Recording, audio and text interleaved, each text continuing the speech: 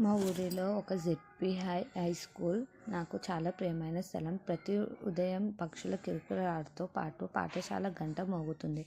నేను నా స్నేహితులతో కలిసి పాఠశాలకు వెళ్ళేవాళ్ళం.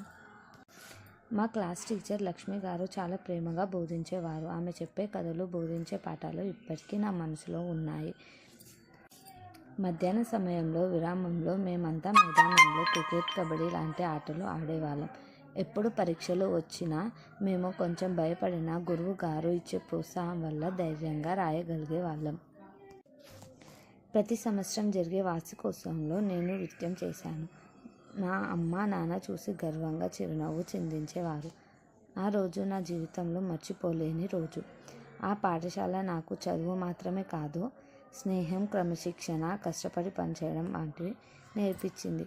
ఇప్పుడు ఎక్కడ ఉన్నా నా పాఠశాల జ్ఞాపకాలు నా హృదయంలో ఎప్పటికీ నిలిచిపోతాయి.